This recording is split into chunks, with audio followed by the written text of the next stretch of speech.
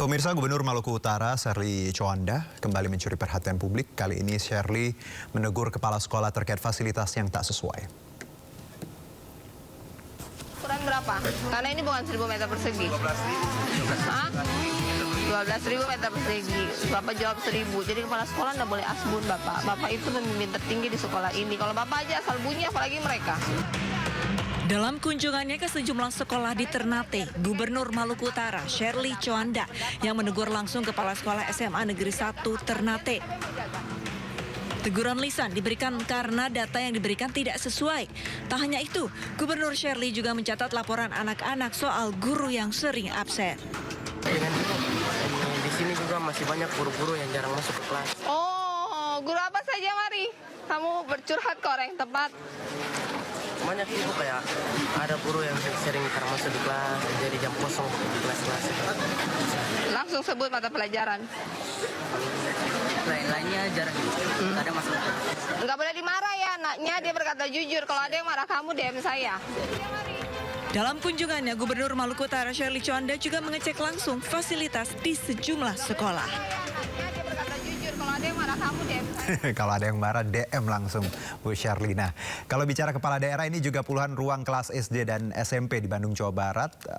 Ini rusak akibat termakan usia, mulai diperbaiki. Bupati Bandung Barat, JJ Ritchie Ismail, targetkan perbaikan sekolah rampung pada tahun ini.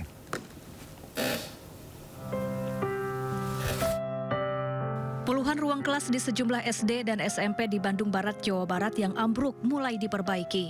Selain ruang kelas, laboratorium dan toilet yang rusak akibat termakan usia juga direnovasi. Pemkab Bandung Barat menggelontorkan biaya lebih dari 10 miliar rupiah. Bupati Bandung Barat berharap kondisi sekolah yang nyaman bisa meningkatkan semangat siswa untuk belajar. Jadi total itu ada 82 ruang kelas SD dan 16 ruang kelas SMP. Salah satunya di sini di SMPN 1 Sarua. Tentunya masih banyak lagi ke depannya sekolah-sekolah yang masih perlu perbaikan. Masih ada sekolah-sekolah di sejumlah daerah yang sulit dijangkau menjadi kendala dalam perbaikan sekolah. Pemkab Bandung Barat menyiapkan anggaran 28 miliar rupiah untuk perbaikan sekolah pada tahun ajaran 2026. Dari Bandung Barat, Jawa Barat, Yuwono Wahyu, iNews melaporkan. Pemirsa, Menteri Agama Nasaruddin Umar untuk pertama kalinya sholat subuh di Masjid Negara Ibu Kota Nusantara. Untuk memanfaatkan masjid tercantik kita di Indonesia sekarang ini. Sholat subuh diikuti oleh Menteri Agama Nasaruddin Umar, Kepala Otorita Ibu Kota Nusantara Basuki Hadi Mulyono dan jajaran ASN yang sudah tinggal di IKN. Selama di IKN, selain sholat subuh, Menak juga mengecek kesiapan operasional Masjid Negara. Ini sudah selesai sebelum bulan suci Ramadan. Agama ini akan menempatkan sebagian karyawan kami ke sini lebih awal, ya, karena kami kan instansi vertikal, dimanapun juga bisa kita koordinasi melalui teknologi sekarang ini. Nah, dengan demikian kita akan lebih mempercepat aktivitas kantor kita di sini, ya, karena ini adalah kebanggaan kita. Makin cepat dilihat oleh dunia, makin akan. Seorang siswa pelajar mengalami kecelakaan mobil menabrak pohon hingga terbalik di Tebet, Jakarta.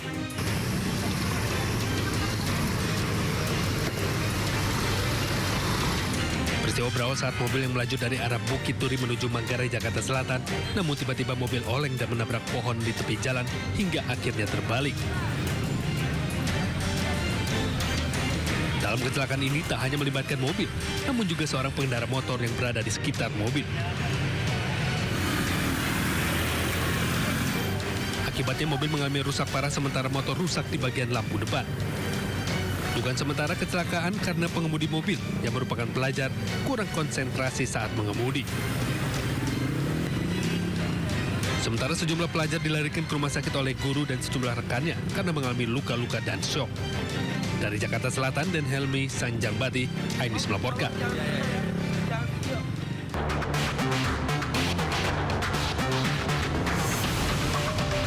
Mobil SUV ini harus berjalan mundur saat ada bis Transjakarta yang melaju tepat di depannya. Sebelumnya mobil ini melaju melawan arus di jalur bis Transjakarta, tepatnya di Jalan Raya Matraman, Jakarta Timur. Diduga, pengendara tersebut tidak mengetahui arah jalan dan baru pertama kali melintasi kawasan tersebut. Selain itu, diduga pengendara tidak memperhatikan rambu lalu lintas. Kini, petugas kepolisian tengah menelusuri keberadaan pengendara tersebut dengan melacak nomor plat kendaraan untuk dimintai keterangan. Polisi juga mengimbau seluruh pengendara agar berhati-hati dan selalu memperhatikan rambu lalu lintas. Dari Jakarta, Rio Manik, iNews melaporkan. Warga binaan dari sejumlah lapas di Indonesia menggelar panen raya hasil pertanian dan perikanan secara serentak. Hasil panen raya disalurkan kepada korban terdampak bencana di Sumatera. Menteri Imigrasi dan Pemasyarakatan Agus Andrianto memimpin panen raya hasil pertanian dan perikanan di Lembaga Pemasyarakatan Kelas 1 Cirebon, Jawa Barat. Beberapa komoditas unggulan seperti padi, songkong, dan ikan nila dikelola langsung oleh warga binaan melalui program pembinaan berkelanjutan.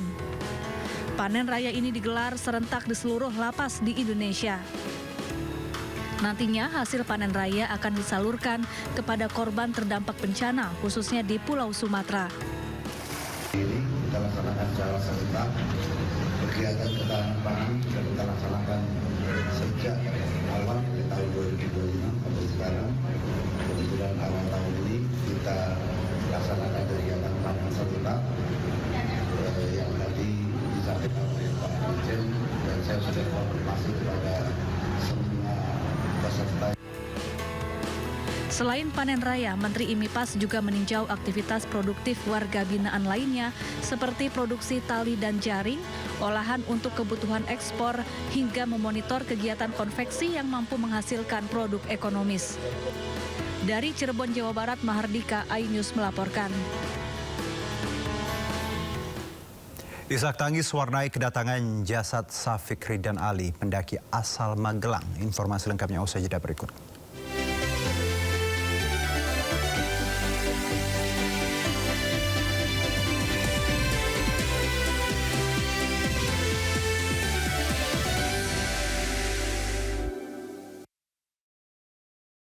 Mampu untuk membayar itu, jadi bukan nggak dibayar tangnya, dibayar tapi dalam darah. Apakah ada anggaran yang diendapkan di Provinsi Jawa Barat yang harus menyatakannya adalah BPK? Mengedepankan objektivitas dan juga fakta yang ilmiah. Orang-orang yang pantas menjadi polisi, inilah yang sebetulnya gunakanlah hati nuraninya.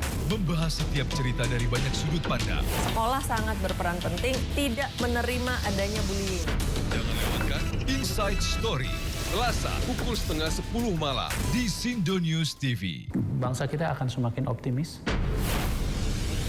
Pertumbuhan ekonomi kita sejauh ini relatif baik. Kalau pemeriksaan kesehatan itu dilakukan pada saat orang sudah parah kondisinya, maka biaya kesehatan itu mahal. Tidak ada satupun kecelakaan tanpa didahului oleh pelanggaran.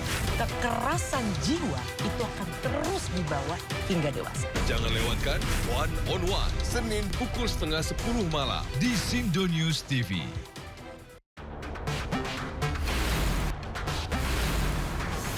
Rangkuman peristiwa di akhir pekan. Terus mengungkap praktek ratusan warga rela anti pajak. Melihat pemberitaan dari banyak sisi.